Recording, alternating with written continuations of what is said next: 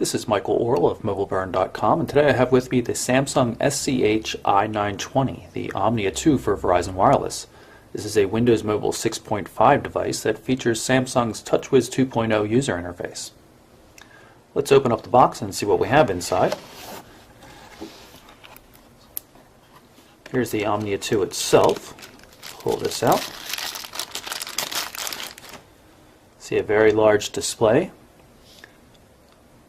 Very cool back texture. It's something like the Samsung Jet feature phone, and you can see the 5 megapixel autofocus camera and the LED flash on the back right there.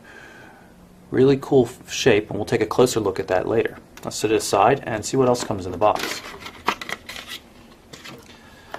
Looks like we've got a CD or two. Companion CD for the Omnia 2. User manual. And VCast music with Rhapsody. User guides, warranty information, and tips and hints in this bag right here. This is a 3.5mm stereo headphone adapter. You see it has the 3.5mm adapter jack right here, and then the plug right here, but it's set up for calls. There's a microphone built into this little device right here, and you can answer calls by pressing the button. Also a little tie clip or a pocket clip. We also have a micro USB cable in the box, and that plugs into the wall charger. This is a real trend I've been seeing lately, is wall chargers and USB cables being combined into one. That appears to be everything. No stereo headphones, no anything, no memory cards or anything like that in there. So let's take a look at the device itself. I'm going to power the device up while we take a look at it. You can see it's got a really large 3.7-inch display. It's an active matrix organic LED display, AMOLED display, which means it has really bright and vivid colors, great color saturation. It's also wide VGA resolution, so there's an awful lot of pixels there to use for movies and web browsing, things like that. On the left-hand edge of the device, we have a 3.5mm headphone jack. It's in kind of an awkward place. If you have it in your pocket, the jack sticking out of the side of the device is a little bit awkward. Volume control, a little indicator showing that we have a micro SD card slot underneath the rear cover. There's 8 gig of storage built into the device, though. And then there's also an OK button here, used for the Windows Mobile OS. On the right-hand edge, up top first, we have the stylus. It's largely optional for a lot of the tasks on the device. It telescopes. It's quite nice. Has a good feel to it. Micro USB port for USB connectivity as well as charging. Lock button, and the camera button for the camera and video camcorder. The camera itself is located on the back. Let's see if I can pull this protective cover off. You can see that really cool pattern on it. It's very deep too. It's a colored pattern underneath a clear thick plastic layer, so it's really kind of slick. 5 megapixel autofocus camera with the flash right up here on top. Speaker grills. Nothing too much to see at the top of the device. Not too much at the bottom either. This little pry point here is for taking off the rear cover. Let's see if I can do that here. You can see a nice large battery, and you can see what I was talking about, how the pattern has depth to it. It's not just painted on there. There is a physical depth to that pattern. Take a look around. There's the micro SD memory card slot that was referenced on the outside of the cover. And we'll put this back on and take a look at the OS itself.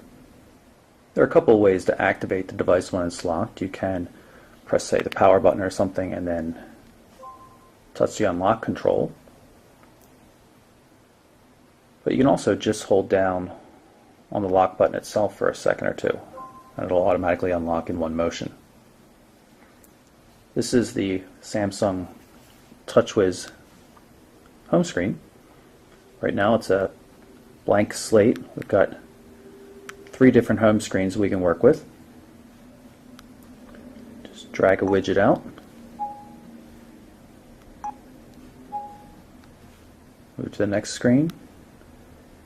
drag a different widget out, maybe the Bing search client.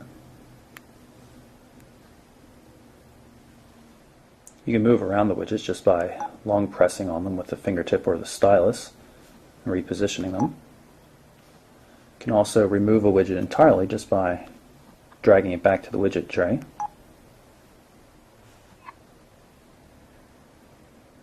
And while we're here, take a look at the quality of the image on this display. It's really, really bright, very high resolution, good color saturation.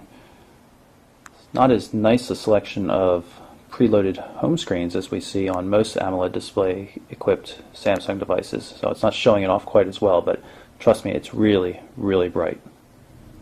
One of the things that Samsung has really been pushing on their devices of late is this 3D cube menu. Not really a fan whatsoever because I don't really think it serves any purpose. While it's visually appealing, I guess, to flip a cube around to some extent, after you've done that for 15 seconds, you really just want to get things done, and these menu icons down at the bottom are a much faster way of doing it. But just to be a good sport, I'll use the cube as intended and then load up, say, our images here.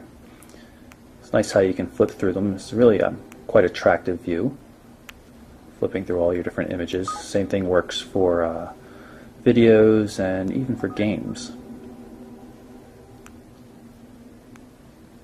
Move back and forth between the games. I'll pull up this dice one because I always find this amusing. It uses the built-in accelerometer, and basically it's just a pair of dice. But it's really kind of funny, and I know my young son enjoys it a lot. Back button in the upper right-hand corner. But again, like I said, you can skip to things just by tapping on them in the menu down at the bottom. It appears that Samsung has put in quite a bit of customization to Windows Mobile 6.5 here. This is not the stock Windows Mobile main menu. That's actually a good thing because I find it quite difficult to use. Although I'm not sure that a multi-pane version like this is any better. It's kind of reminiscent of the iPhone's layout. You can reorganize the menus as you like, remove items, add items. The frame rate on the animation is not particularly good, and sometimes it's not quite clear whether you're going left or right just from looking at it. It's just a little bit choppy. It could use a little bit more smoothness. Pop into settings. You can see that's also been totally redone. Pretty well organized. I'm actually liking the menu system overall compared to the stock Windows Mobile system. Everything works pretty well. Use that OK button that I pointed out before to get back to the prior screen. It's a little hard from the position I'm holding it now, but wireless manager for quickly turning on and off, the phone, Bluetooth, Wi-Fi, all that kind of stuff. Of course, it's an EVDO 3G device. It's on Verizon's network. And here's some advanced system settings as well. Overall, it looks quite complete compared to the stock Windows Mobile menu. Another thing that's been customized, this is the contact list. Looks very much like what we see on other Samsung phones, both feature phones and smartphones lately. Behold 2, an Android-powered smartphone for T-Mobile, has a somewhat similar looking contact application, and a lot of the feature phones like the Samsung Jet also have very similar looking things. Pull back in here and just tap on one so you can see it.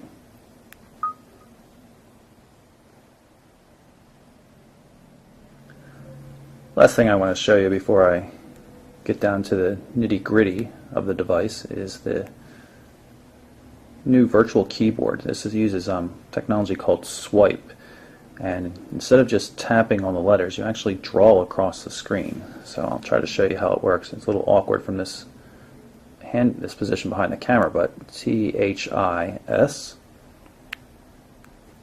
is a test, MESSAGE, message, using Swipe. I misspelled it. You can, of course, just tap on letters as well.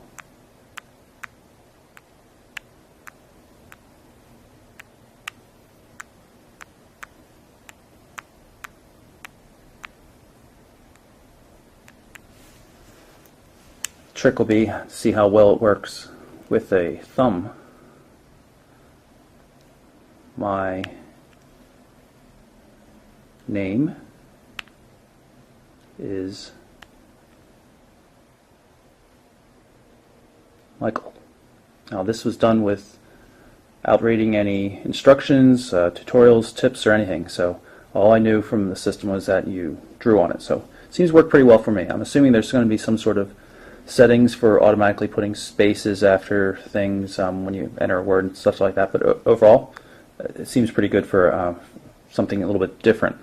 So that's a brief unboxing and first look at the device. We'll come back with another part of this video and go over things like Opera Browser, how the calendar works, visual voicemail, and some other features like that. So this is the Samsung SCHI 920, the Omnia 2 for Verizon Wireless, and once again, I'm Michael Orrell for MobileBurn.com.